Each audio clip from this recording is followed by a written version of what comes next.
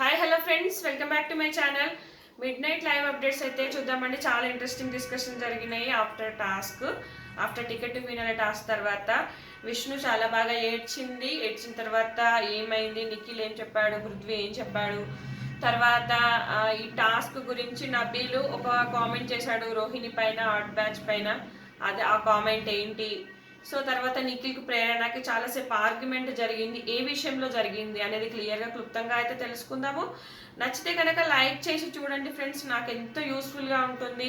చూసిన వాళ్ళే చూసే బదులు కొంచెం అలాంటి వాళ్ళను కొంచెం ఎంకరేజ్ చేస్తే చాలా బాగుంటుంది అని నా ఫీలింగ్. నాకు అనిపించింది, నాకు క్లియర్గా అనిపించింది, నేను చెప్పేస్తాను. నేను ఎవరికి బయాస్డ్ కాదు, నేను ఎవరికి పిఆర్ అని కూడా కాదు. నేను ఎందుకు పిఆర్ అండి, నేను ఏదో చిన్న రివ్యూ అని ఇప్పుడిప్పుడే నేను మంచిగా చెప్పడానికి ప్రయత్నం చేస్తున్నాను. కొంచెం కనుక నచ్చితే లైక్ చేయండి ఫ్రెండ్స్. సో ఇక్కడ మనకి ఏంటి అంటే, రోహిణి అవినాష్ ఒకటి మాట్లాడుకుంటారు. నబీల్ ఏమంటాడంటే గౌతమ్ నువ్వే గట్ట కొట్టాల్సింది, రోహిణి కొట్టింది, నువ్వు చేతిలో పట్టుకున్నావు, నువ్వే కొట్టినావు, యాక్చువల్గా రోహిణి ఇక్కడ విన్ అవ్వలేదు అన్నట్టుగా కామెంట్ చేస్తాడు. ఇక్కడ రోహిణి ఏమంటదంటే అవినాష్తోని, యాక్చువల్గా నబీల్కి నేనంటే నచ్చలేదు, గౌతమ్ పైన ఇష్టంతో కాదు, నబీల్కి నేనంటే నచ్చట్లేదు. ఎందుకంటే తన టీషర్ట్ చింపాను, తనని నామినేట్ చేశాను కాబట్టి, నేను నచ్చలేదు కాబట్టి అక్కడ గౌతమ్ సపోర్ట్ చేస్తాడు. గౌతమ్ పైన ఇష్టంతో కాదు అని గులుగుతుంది, కానీ అక్కడ గౌతమ్ గంట పట్టుకున్నాడని కొట్టాడు. తనకి డౌట్ఫుల్ అనమాట, అక్కడ కరెక్ట్గా త్రాస్ అనేది కరెక్ట్గా బ్యాలెన్స్ అయిందా లేదా అనే డౌట్తోని అఖిల్ చూడు ఒకసారి అంటుంటాడు, పట్టుకుంటాడు కానీ కొట్టాడు. కానీ ఇక్కడ రోహిణే కొట్టింది. కాకపోతే నబీల్కి కొంచెం కోపం ఉందనుకో, ఆ కోపం ఉన్న వ్యక్తిని వేరే వాళ్ళకి సపోర్ట్ చేశాడు అనమాట. మీకు ఒకటి చెప్పనా, ఒకటి నబీల్ మెంటాలిటీ ఎట్లుంటుందంటే, సపోజ్ ఇక్కడ నుంచి సపోర్ట్ రాలేదనుకో ఇటు వచ్చేస్తాడు, ఇక్కడ నుంచి సపోర్ట్ రాలేదనుకో ఇటు వచ్చేస్తాడు. నామినేట్ చేసిరనుకో వాళ్ళతో ఉండడు, వేరే వాళ్ళతో ఉంటాడు. అంటే చిన్నపిల్లల నిబ్బి చాస్లు అంటారు కదా, సో చిన్నపిల్లల మెంటాలిటీ అనమాట. అప్పటికప్పటికే తను మెచ్యూర్డ్గా ఆలోచించాడు, అస్సలు ఆలోచించాడు. తనకు ఏదైనా కోపం వస్తే ఇంకా కథం వేరే సైడ్కి వెళ్ళిపోతాడు. అట్లాంటి మెంటాలిటీ అనమాట. డీప్గా థింక్ చేయడు, ఏంటి మనం ఎట్లా ఉంటే మంచిది. ఇంకా 24-25 ఇయర్స్ కాబట్టి అంత మెచ్యూరిటీ లెవెల్స్ అతనికి లేవు. సో అక్కడ రోహిణి అంటే నచ్చదు. ఇంకొకటి చెప్తా మీకు, ఆ రోజు కూడా మీకు బీన్ బ్యాగ్ టాస్క్లో అవినాష్కి ఎందుకు సపోర్ట్ చేశాడంటే అవినాష్ పైన ఇష్టంతో కాదు, అక్కడ నిఖిల్ వాళ్ళు తనని టార్గెట్ చేశారు, వాళ్ళు మాట్లాడుకోని అని చెప్పేసి అవినాష్కు డైవర్ట్ అయ్యాడు. తర్వాత మొన్న టీషర్ట్స్ రోహిణి చింపింది కాబట్టి విష్ణుప్రియకి హెల్ప్ చేశాడు, అంతేగాని వాళ్ళ మీద ఇష్టంతో కాదు. అతనికి ఒకరి మీద కోపం ఇంకోరి మీద తీర్చుకుంటాడు. మళ్ళీ అతను ఎవరి టీషర్ట్స్ ఎవరికి గేమ్ అయినా స్పాయిల్ చేయొచ్చు, అతన్ని గేమ్ స్పాయిల్ చేస్తే మాత్రం కోపం వచ్చేస్తుంది. ఆ రోజు కూడా ముట్ల టాస్క్లో పృథ్వీ పైన కోపం వచ్చింది, కానీ తర్వాత మళ్ళీ పృథ్వీతో కలిసిపోయాడు, వేరే లెవెల్లో పెట్టుకున్నాడు, అవినాష్ వాళ్ళతో ఉన్నాడు, గౌతమ్తో ఉన్నాడు. అంటే గౌతమ్ నామినేషన్ పాయింట్ ఇదే.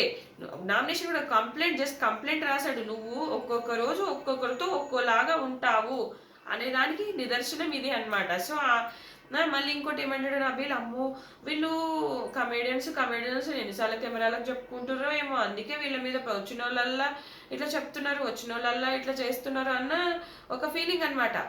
సో అందుకని వీళ్ళు ఏదో కన్సర్న్ లాగా బయటికి వెళ్ళినట్టుంది వీళ్ళ మీద, అందుకే అందరు వచ్చి ఇట్లా చెప్తున్నారు అని ఇట్లా కూడా కామెంట్ చేస్తాడు.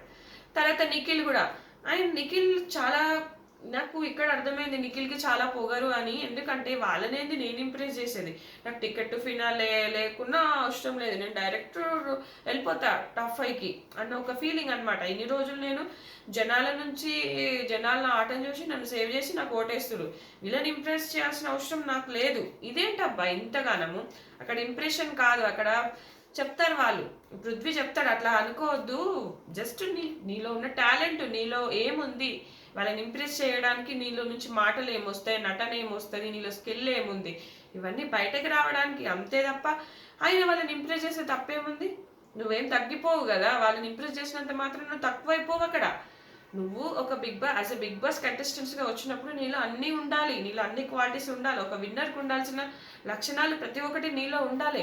తగ్గాల్సిన చోట తగ్గాలి, పెరగాల్సిన చోట పెరగాలి, నిన్ను నువ్వు నిరూపించుకునే ప్రయత్నం చేయాలి ప్రతి దాంట్లో. అంతే తప్ప నేను తోపుని, నేను తురుముని, నేను టాస్క్లో అందరినీ ఓడిచ్చేస్తాను, నేను టాస్కులు ఆడి గెలవగలను, నాలో సత్తా ఉంది, నేను 6 అడుగులు ఉన్నాను, నన్ను ఎవరు బీట్ చేయలేడు టాస్కులు ఒక్కటే కాదబ్బా బిగ్ బాస్. నేను చాలా మంది కంటెస్టెంట్స్కు బిగ్ బాస్ హౌస్కి వెళ్ళగానే టాస్క్ ఒకటే మైండ్లో ఉంటుంది, టాస్క్ అస్సలే కాదు. ప్రతి ఒక్క అటిట్యూడ్, ప్రతి ఒక్క బిహేవియర్, ప్రతి ఒక్కటి చూస్తారు జనాలు, పిచ్చోళ్ళు కాదు. కెమెరాలను చూసి మాట్లాడినంత మాత్రాన ఓటేయరు. అతను నచ్చాలే, రెడ్ టవల్ కట్టుకున్నంత మాత్రాన ఓటేయరు, ఒక డైలాగులు కొట్టినంత మాత్రాన ఓటేయరు. అక్కడ ఆ పర్సన్ జెన్యున్ గా అనిపించాలి. జెన్యున్ గా అనిపించినప్పుడు మాత్రమే యాజ్ ఎ ఆడియన్ గా ఓటేస్తారు. ఒకవేళ ఈ నిఖిల్కి ఓట్స్ ఎందుకు పడుతున్నాయంటే ఆడియన్స్ చాలా మంది సీరియస్ కనెక్ట్ అవుతారు. సో అది చూస్తున్నారు తప్ప అతని బిహేవియర్ ఏంటి, అతన్ని ఏంటి మళ్ళీ ఎపిసోడ్లో చాలా వరకు కట్ చేస్తారు. లైవ్లో జరిగినంత ఎపిసోడ్లో ఉండదు. లైవ్లో చాలా ఇంపార్టెంట్ పాయింట్స్ ఉంటాయి. రివ్యూస్ చేసే వాళ్ళు లైవ్ చూస్తారు, ఎపిసోడ్ చూస్తారు, అన్ని చూసి మాట్లాడతారు. సో రివ్యూస్ అనేది కూడా చాలా మంది జనాలకు తెలీదు, కొంతమంది జనాలకే కనెక్ట్ అవుతారు.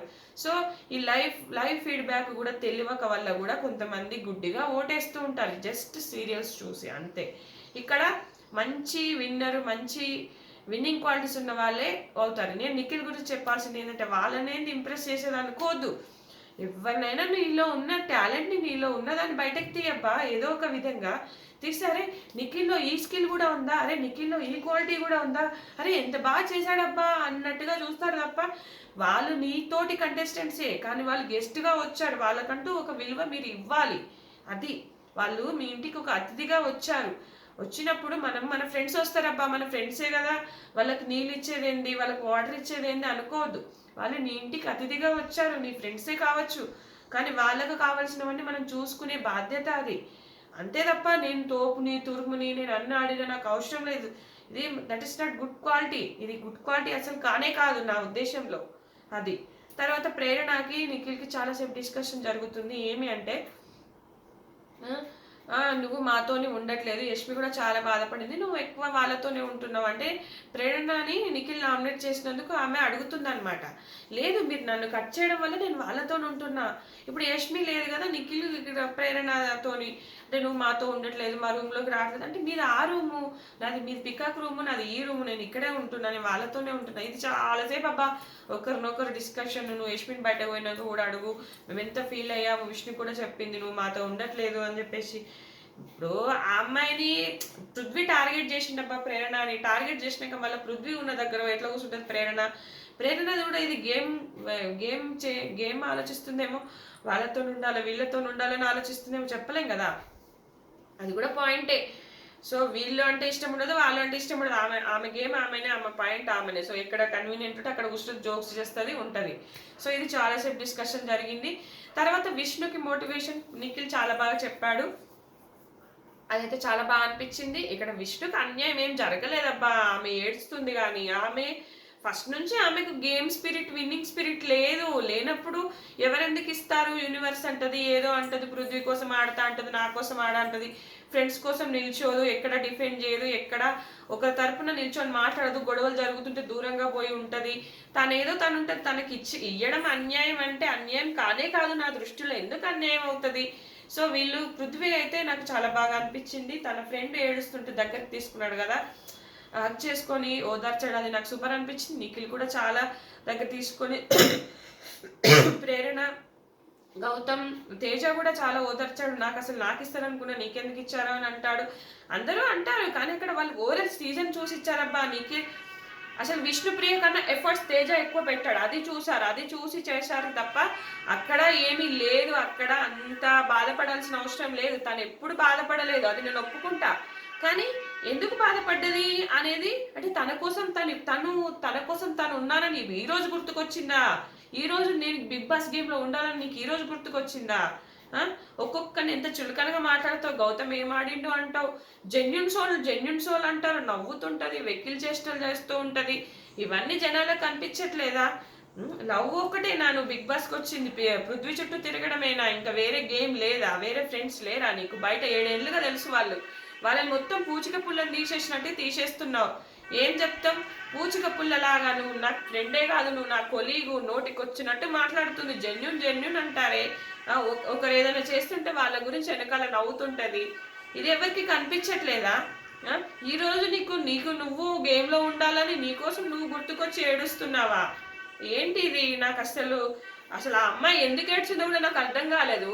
ఆ సోనియా అన్ని మాటలు అన్నప్పుడు ఏడుపు రాలేదు, ప్రేరణ టార్గెట్ చేసినప్పుడు ఏడుపు రాలేదు. ఈ రోజు నీకు విన్నింగ్ క్వాలిటీ అని నేను ఉండాలి, నేను టికెట్ టు ఫినాలే ఆడాలి అని నీకు ఈ రోజు గుర్తుకొచ్చిందా? అక్కడ తేజాది పడిపోగానే కూడా నువ్వు వెనుకలు ఉండి నవ్వుతూ ఉంటావు. ఇదా నీ జెన్యున్ సోల్? అన్యాయం జరిగిందా? నీకు అన్యాయం జరిగిందని నాకు అనిపించట్లేదే. నీకోసం నువ్వు ఎప్పుడూ ఆడలేదు. పృథ్వీ ఉంటే పృథ్వీ కోసం గివ్ అప్ ఇచ్చేస్తావు అక్కడ ఖచ్చితంగా. పృథ్వీ కోసం డిఫెండ్ చేసుకుంటావు, నీకోసం నువ్వు డిఫెండ్ చేసుకో, నీకోసం నువ్వు మాట్లాడుకోవు. నీకు ఎక్కడ నామినేట్ చేస్తే నీకోసం నువ్వు నేను ఆడినా కదా అని గట్టిగా మాట్లాడలేవు నువ్వు ఎక్కడ. అది నాకు అనిపించింది. సో నీకోసం నువ్వు పృథ్వీ నా ఫస్ట్ ప్రియారిటీ అన్నాక నీకోసం నువ్వెక్కడున్నావమ్మా? నువ్వు లేవు అక్కడ. పృథ్వీయా చాలా మంది వచ్చి అన్నది అదే. గూగుల్లో కొడితే నాకు 2 ఫోటోలు వస్తున్నాయి, పృథ్వీయా విష్ణు ఎవరు అర్థం కావట్లేదు. నువ్వు ఎంత లవ్ చేసినా నువ్వు బయటకు వచ్చి నాకు చూపించుకోవాలి. నీ గేమ్ ఏంటి, నీ ఫ్రెండ్స్ ఎవరు, నువ్వు ఎవరి తరపున మాట్లాడుతున్నావు, ఎవరి తరపున నిలబడుతున్నావు, ఇవన్నీ నువ్వు చూసుకో. అతనికి కాఫీలు ఇవ్వడం, అతనికి సేవలు చేయడం, ఇది కాదు కదా. ఇదే చూశారు జనాలు. ఒక అబ్బాయిని ఎలా లవ్ చేశారో చూశారు కానీ ఒక బిగ్ బాస్ కంటెస్టెంట్ గా విష్ణును చూడలేదబ్బా. ఇక్కడ ఏదో ఆమెకు అన్యాయం జరిగిపోయింది. అవును, మరి ఓరల్ సీజన్ చూసి ఇచ్చారు. ఆమె కన్నా ఎఫర్ట్స్ తేజ పెట్టాడు అనిపించింది నాకు. నేను ఎట్లుంటానో అట్లనే ఉంటా అన్నట్టుగా. సో ఇది ఫ్రెండ్స్, ఈ వీడియో నచ్చితే కనుక లైక్ చేయండి, షేర్ చేయండి. Thanks friends, thanks for watching.